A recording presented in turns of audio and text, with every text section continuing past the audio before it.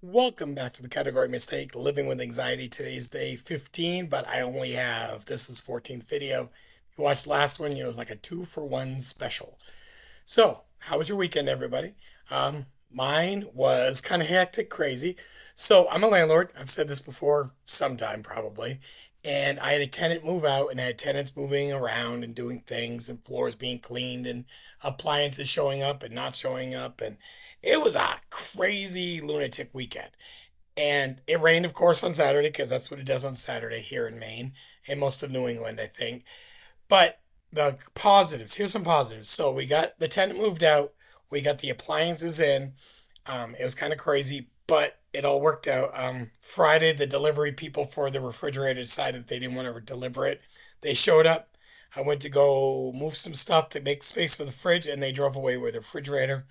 I called for like 4 hours. Finally, found them. Anyway, fridge got delivered yesterday on a Sunday instead of on a Friday. It's great.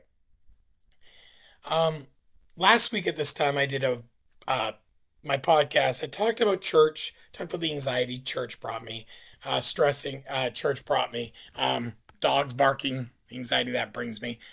If you hear it in the background, you might. Um, Yesterday I went to church, much different than the week before. Now, I went to church. Before I went to church, I decided to change my mindset. So I decided I'm not going to let this come in the way of me doing this. So I kind of went in there with a more positive outlook. Now, I'm a little sarcastic. Okay, I'm a lot sarcastic, and because of that, I sometimes say things that I don't mean to be hurtful, but they come across hurtful. So of course, when those happen, people sometimes hurt their feelings. So I try to be less of that yesterday. Now, it's hard for me. Maybe hard for you too. Hard for me because sometimes I don't see that line and I jump way over it, and then afterwards I notice it. And I do that even with this podcast. Sometimes I say things and then I see it afterwards. I'm going, yeah, no. Anyway, yesterday, positive day. Um, and it was a positive day, not just because, church was good, not because I got things done around the house, not because the refrigerator was delivered. It was a positive day because at the end of the day, when I went to bed, I realized I'm not angry. I'm not upset. I'm not frustrated. I'm just tired. I don't get a lot of those days. I don't know about you all, but I don't get a lot of those days, and because of that, when I do get them, it almost blows my mind, um, and that's positive. Now, today I had an appointment with the VA, Veteran Administration, great people. 7:30 appointment. I didn't know who I was going to see. They told me the doctor I was going to go see, and all of a sudden, magically, that doctor doesn't work for the VA anymore. So I went in. I had no idea who I was going to see. Went in and I saw this new doctor. Now, this new doctor, never met her before. I used to see like a nurse practitioner, LCPC, which is what my wife is, kind of like a therapist, but not a doctor. Um, this one was a psychiatrist. Um, she looked definitely the part, and I don't know what that actually means, but I'm going to go with it anyway. Um, the point is, she went in and we were talking, and she's like, "Okay, so you had your neuro data evaluation last week, and um, here's the dealio." So I told her, I said, "Well, it's probably a little rude because I went in there, hey, I'm having this problem. How do I fix it?" And their answer was, "Just don't do it."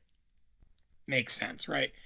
Um, and she's like, "Okay, here's what we're gonna do. You have this. This is your problem. This is what all the testing says. This is what they're doing. It's wrong. It's not helping. It's just stupid. Don't do it. Here's what will work. Now, if this works, you'll know right away. If this doesn't work, you'll know right away." Um, so basically, she's putting me on medication that if it works, I will still have anxiety, but my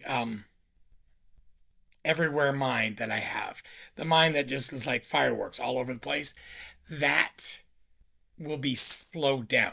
Not gone, slowed down. Also, what will happen is certain substances like caffeine, I don't like it, but when I take caffeine, this if I take caffeine or too much caffeine with this medication, it's going to make me feel like crap. So it's going to deter me from doing things that are not exactly great for me, right? So again, it's a win. All I wanted was answers. Here's here's my frustration. Here's my stress. Here's my anger. Here's my whatever. First, I've been dealing with this for a long time, and it's taken all this time for me to get an answer ish. I'm hoping this is the answer. Second, she still kind of made me feel like the VA doesn't know what's going on, and there's a few doctors that do, and well, I'm lucky to have one that knows it. But the last thing is, every time I go into the VA, they always ask me the same questions, and maybe this is normal for doctors now. I haven't gone to a normal doctor in a long time. Um, are you sure you're not taking any substances? It's okay. Marijuana is not a, so it's okay. You can do that. Or you sure you don't drink? Are you sure you're not doing this? Are you sure? It's like, wait a minute, wait. I said I wasn't. Well, are you sure? And I don't know if that's a standard question, or if it's because of the way I act. And that's, I guess, a big issue I have is, why are they asking me that? And I can't just say, well, why do you keep asking me that? Um, I said this to the last doctor, and I said this to her today, and hopefully y'all understand. So they go up to you and they ask you the meds you're on, or they tell you the meds that they think you're on, and they don't use. So they'll go like bupropion or busparion or some Greek, okay, Latin and Greek, okay. Um, Wellbutrin, okay. People know what Wellbutrin is. There's commercials. God bless America. Um, and there's just people who talk about Wellbutrin. They don't talk about the physical, psychological, generic company name. They talk about Wellbutrin. Why can't they just say, hey, so it looks like you're still taking Wellbutrin? Yes, I am. And said, well, are you still taking bupropion? Um, what is that again? And maybe it's me. Maybe I should just be okay with them trying to sound smarter than they are.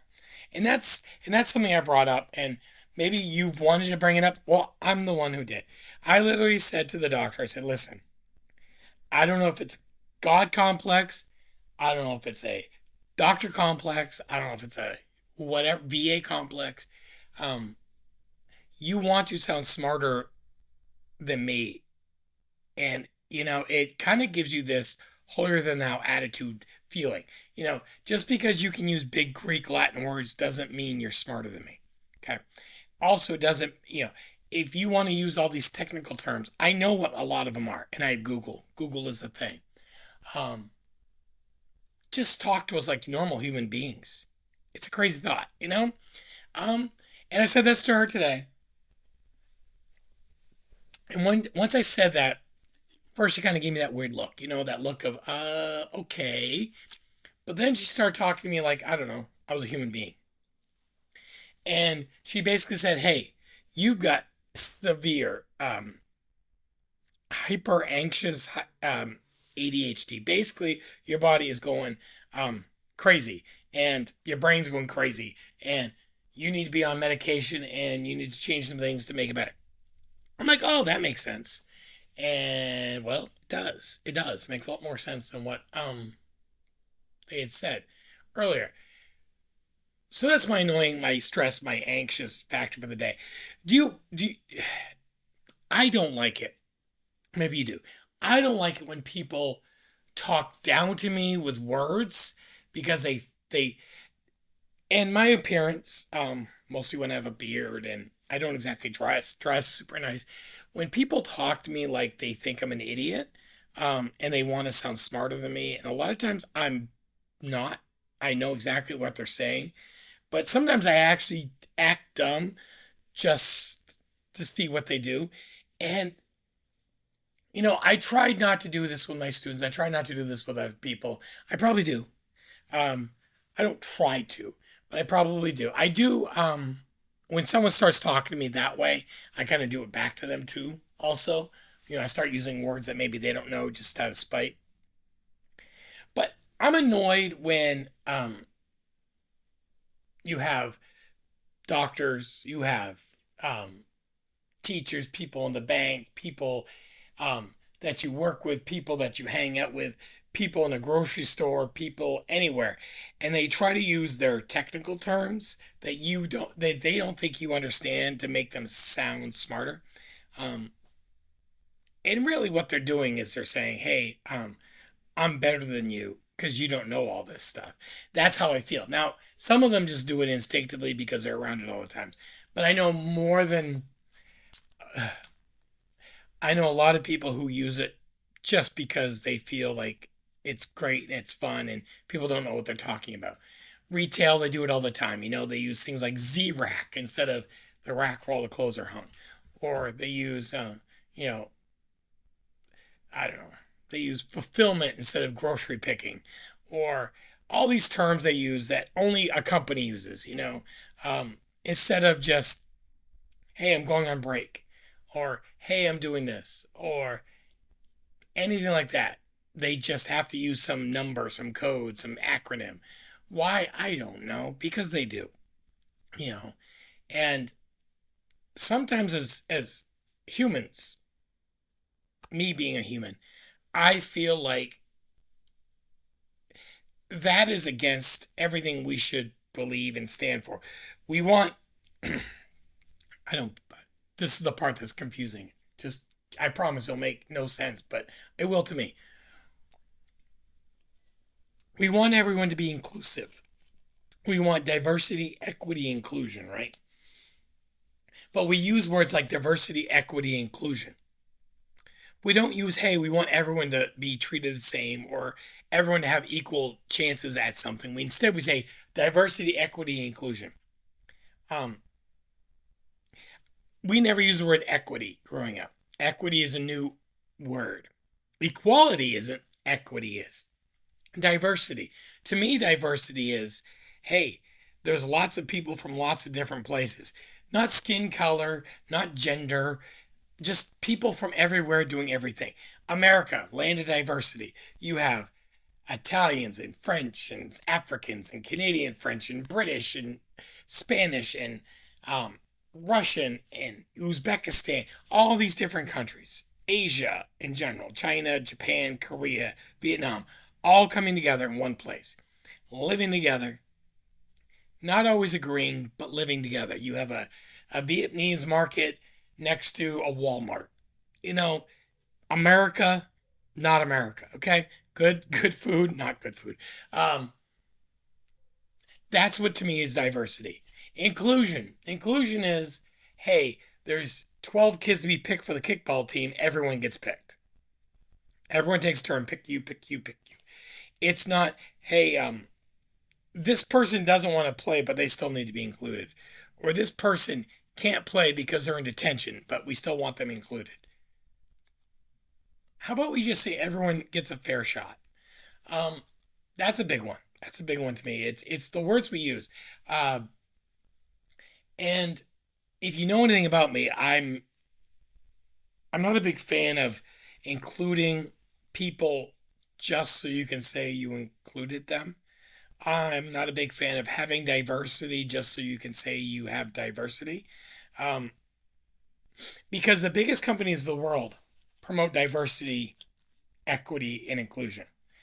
Um, but if you look at the people who make all the decisions, the people who have the most money, um, they're pasty old white guys. It's just how it is. You know, um, oh, well, we want to change our demographic to have this many and this many of this and this many of this and this many of this. But our board of directors is all exactly the same. So is that really diversity? Not really. Um, Now, I also believe that if someone's going to get hired for the job, I don't care what they look like, who they sleep with, and what they do in their spare time. I don't care what their body parts are or what they were. I care, are they the best person for the job? Um, and maybe that's just me, but I don't care if a pilot is black, white, yellow, green, or red. If they're a woman, if they're a man, if they used to be a woman, but now they're a man, or they're a man and they used to be a woman, whatever. I don't care. Can you fly the plane and not crash it? That's my big thing there, you know? Um, in the military, I worked with a lot of everybody. You know, we had Puerto Ricans, we had Spanish, we had Americans, we worked with the Navy, we were Canadians, we worked with men and women. I didn't care that Lynch was a woman. I cared could she get the job done. I didn't care that Vo was a man. I cared could he get the job done. Um, that's what I cared about, you know. And I didn't care that Vo was from Lao, then and that Lynch was from New Hampshire. Again, don't care. Can they do the job and keep me alive and keep me safe? Because I'm selfish. I like being alive. I hope no one ever looked at me and said, well, he's an old pasty white guy, so I'm not sure if I trust him to keep me alive. I'm hoping that never happened. Maybe it did. Hopefully it didn't. Um, and that's the whole point. In the world I'm living in mentally, is I see so much of our time and energy and effort being put forth to make sure everyone is happy. We're either making right happy or left happy instead of just trying to do the job that needs to be done. Okay. I don't care. I don't care if Trump is a horrible guy. He's not a great person always. I I care, is he doing what's best for the general population of the country? This whole every president comes in, we have a mandate because we got elected. No, you don't. You don't have a mandate. You have a people were tired of the other person or didn't trust the other person, and you were the better of the two options. Um, I don't think we've had a mandate probably since Franklin Delano Roosevelt. Reagan won because, let's be honest, Carter was just not popular. And Reagan won because Mondale just wasn't that good. And Bush the first one because, well, no one liked Dukakis and he was going on Reagan's coattails. Clinton won because he was young and sexy and people were tired of Bush because he'd been in politics forever. And so on and so on and so on and so on. It's a pendulum swing. There's no mandate. Okay? And that's another word. Mandate. Um, I don't think half the people who say it actually know what it means. And those who know what it means aren't speaking up going, well, you're using that wrong.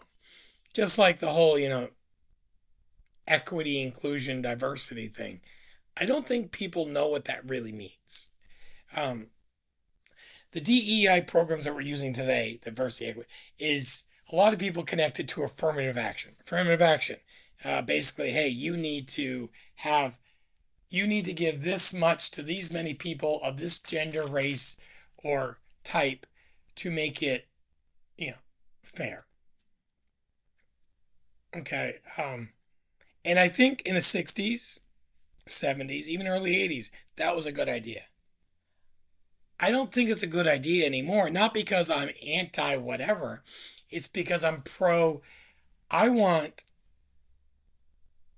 let's just pick a college. I want Brown University to take in the best students possible with the best scores. I don't want a medical school or a school for lawyers or a school for doctors or other doctors or, I don't want them taking in students who are not as good as others because of they have to meet a quota. Okay. Not a big fan of quotas. I'm a big fan of who's the best. If you want the best, you go for the best. You don't say, well, and I don't always agree with these people, but Candace Owens said, you know, my children are mixed race, and when they go to college, I'm going to tell them to check black. Why? Because they'll have a better opportunity. That's just stupid. And it's true, but stupid. And I think that's a problem I have too. Is um, I don't care personally if what you are. I care, are you good at what you do? Okay. Colleges shouldn't care what someone looks like. They should care, okay, the character of the person, the grades of the person. Are they the best? Do they meet what we want? And that's just the simple fact. Now, affirmative action was needed for a very long time. Why? Because our country has a horrible history of taking care of people. Okay. First, the only people who could have any power were white, rich landowners. That's what they would call them today. White men who own land. Okay. They were the only ones who could vote. Then it turned into white men. Then it turned into white and some freed slaves. And then it turned into white men, some freed slaves, to most Americans if you were a man. Then it turned into men and women. But then it went back a little bit, and magically certain races, certain people, certain genders had to take tests to prove they could vote. I don't think any of us could pass those tests today because I've seen the elections. Most of us would have a struggle with it, I think. And affirmative action and those programs were set up to say, hey, listen, everyone should have a shot. You can't say no because of this. Great idea. I think if Target decided to not hire somebody and say, we're not hiring you because you're black, or we're not hiring you because you come from the wrong side of the tracks, social media would explode. Target would be shut down in a day. Okay?